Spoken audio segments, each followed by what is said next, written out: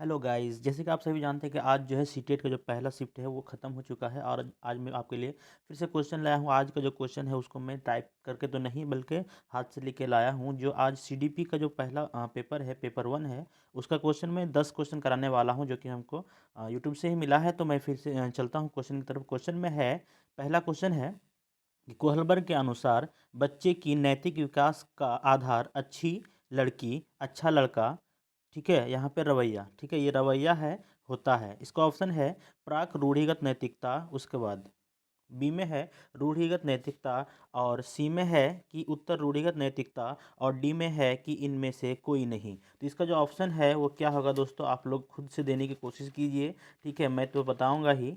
ठीक है, तो क्या होना चाहिए इसमें, तो इसका जो है बी है वो बिल्कुल सही है। जो अच्छा लड़का और अच्छी लड़की जो है, ये जो है रूढ़िगत नैतिकता के अनुसार जो है इसका बी ऑप्शन है वो बिल्कुल सही है। चलिए अगला क्वेश्चन है, अगला क्वेश्चन देख लेते हैं। 2 नंबर में, 2 नंबर में है पियाजे के अनुसार, ठीक है, पियाजे के अनुसार बच्चे गुड़िया गुड्डे खिलौने को जीवित रूप में देखते हैं। ठीक है, पियाजे के अनुसार जो है बच्चा जो है गुड़िया को, गुड्डे को जो है जीवित रूप में देखते हैं। जैसे उसको भूख लगा तो वो सोचता है कि गुड्डे को भी, खिलौने को भी भूख लगता है। तो इसे आप क्या कहेंगे? ठीक है, यहाँ पे है ऑप्शन वन में जीववाद, ऑप्शन टू में है विश्वास नाटक, और सी में है केंद्रीयता, और डी में है कर्मबद्धता। तो इसमें पियाजे के अनुसार जो है जीववाद का जो है ये सिद्धांत बहुत ही अच्छा है। तो इसका जो ऑप्शन ए है वो बिल्कुल सही है।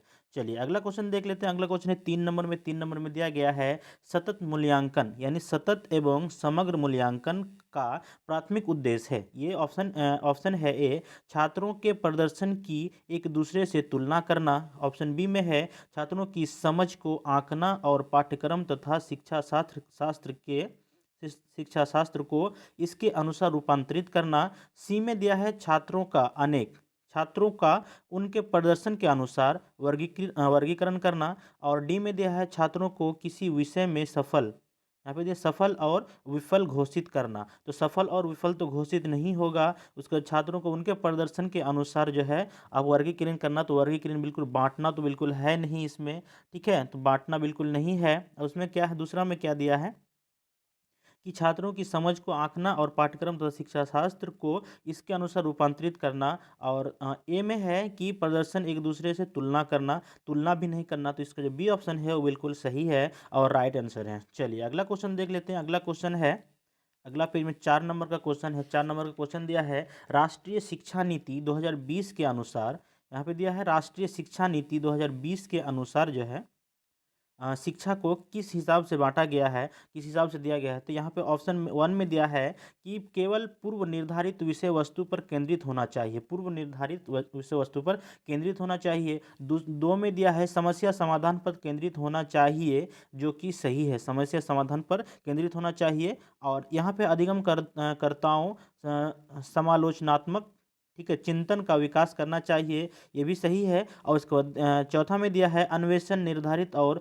खोज आधारित होना चाहिए, खोज आधारित भी होना चाहिए। तो इसका जो दूसरा, तीसरा एंड चौथा, ये तीनों सही है। तो ये तीनों ऑप्शन यहाँ पे सी में है। तो इसका जो सी है वो बिल्कुल राइट आंसर है। चलिए अगला क्वेश्चन देख लेते हैं। अगला क्वेश्चन है 5 नंबर में। 5 नंबर में दिया गया है कि एक प्रगतिशील कक्षा की निम्न में से कौन सी विशेषता है, एक प्रगतिशील कक्षा जो है उसका जो है निम्न विशेषता है वो क्या है। ऑप्शन ए में दिया है ड्रिल और अभ्यास पर जोर देना, ऑप्शन बी में है योग्यता आधारित अस्थायी अलगाव, ऑप्शन सी में है कि सहयोगिता पूर्ण अधिगम, और डी में है कि पुरस्कार और दंड का प्रयोग। तो दोस्तों इसमें जो है आपको जो है ड्रिल और अभ्यास पर जोर देना, रटने पर जोर देना, ये बिल्कुल नहीं है। योग्यता आधारित अस्थायी अलगाव ये भी नहीं होगा, ये कट जाएगा। और पुरस्कार और दंड का भी नहीं है। यहाँ पे सहयोगिता यानी एक दूसरे की सहायक से जो है बच्चे ज़्यादा सीखते हैं। तो इसका जो सी ऑप्शन है वो बिल्कुल सही है। चलिए अगला क्वेश्चन है 6 नंबर में। 6 नंबर में दिया गया है कि समावेशन को बढ़ावा देने के लिए क्या आवश्यक है। ऑप्शन वन में है लचीला पाठ्यक्रम, ऑप्शन दो में है इमारतें, और ऑप्शन तीन में है कि योग्यता के आधार पर विद्यार्थियों का पृथक्करण, और चार में है प्रतियोगिता केंद्रित शिक्षा शास्त्र।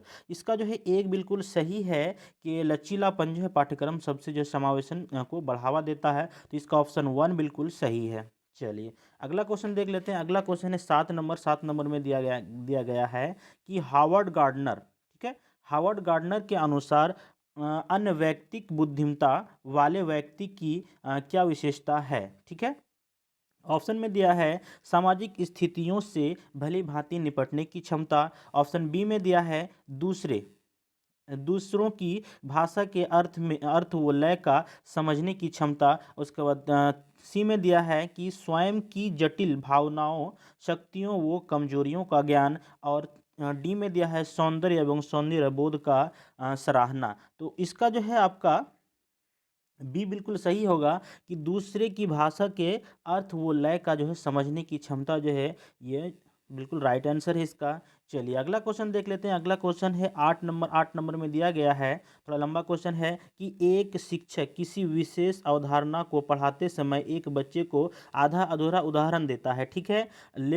यहाँ तक ये ऑप्शन मतलब ये हो गया। अब जो है लेव वैगोस्की के अनुसार जो है शिक्षक निम्नलिखित में से किस रणनीति का उपयोग कर रहे हैं? तो इसका जो ऑप्शन है ए देखकर सीखना, दो मचान, तीन संघर्ष शिक्षा और डी में है कि कंडीशनिंग। तो इसका जो है बी बिल्कुल सही आंसर है कि मचान जो है इसका ऑप्शन बिल्कुल सही है। चलिए अगला क्वेश्चन देख लेते हैं। अगला क्वेश्चन 9 नंबर में है। 9 नंबर में दिया गया है कि निम्न में से कौन सा सृजनात्मक का अनिवार्य लक्षण है? ऑप्शन वन में है अपसारी, ऑप्शन बी में है आवेगशीलता, और ऑप्शन सी में है सोच में केंद्रीकरण, ऑप्शन डी में है अभिसारी चिंतन। तो जब भी अभिसारी और अपसारी आएगा तो अपसारी मतलब ऊपर जाएगा। ठीक है। अपसारी मतलब ऊपर जाएगा, तो इसका जो ए है वो बिल्कुल राइट आंसर है। चलिए अगला क्वेश्चन देख लेते हैं। अगला है 10 नंबर में दिया गया है प्रगतिशील शिक्षा में अधिगमकर्ता। ठीक है।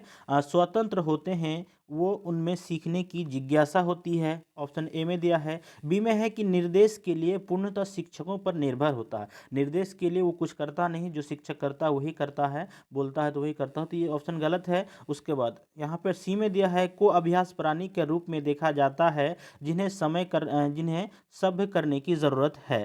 ठीक है, ये भी गलत है। उसके बाद डी में है निष्क्रिय प्राणी है जिन्हें शिक्षकों द्वारा नियंत्रण करने की जरूरत है। तो निष्क्रिय प्राणी तो बिल्कुल ही नहीं है, शिक्षकों द्वारा उनको जब बोला जाएगा तभी करेगा। तो ये बिल्कुल जरूरत नहीं है, नियंत्रण करने की जरूरत है। तो ये बिल्कुल गलत है। इसका जो ऑप्शन ए है वो बिल्कुल सही है। तो आज का दोस्तों ये 10 नंबर का जो क्वेश्चन है वो हमने वहीं से देख के लिया है। तो अगर आपको इसी तरह का और भी क्वेश्चन चाहिए तो मैं इसी तरह का आपको लाऊंगा, हमें कमेंट करें और मेरे चैनल को सब्सक्राइब करें। मैं इसी तरह का आपको वीडियो लाऊंगा, और चैनल को सब्सक्राइब करें और वीडियो को लाइक करें ज़रूर।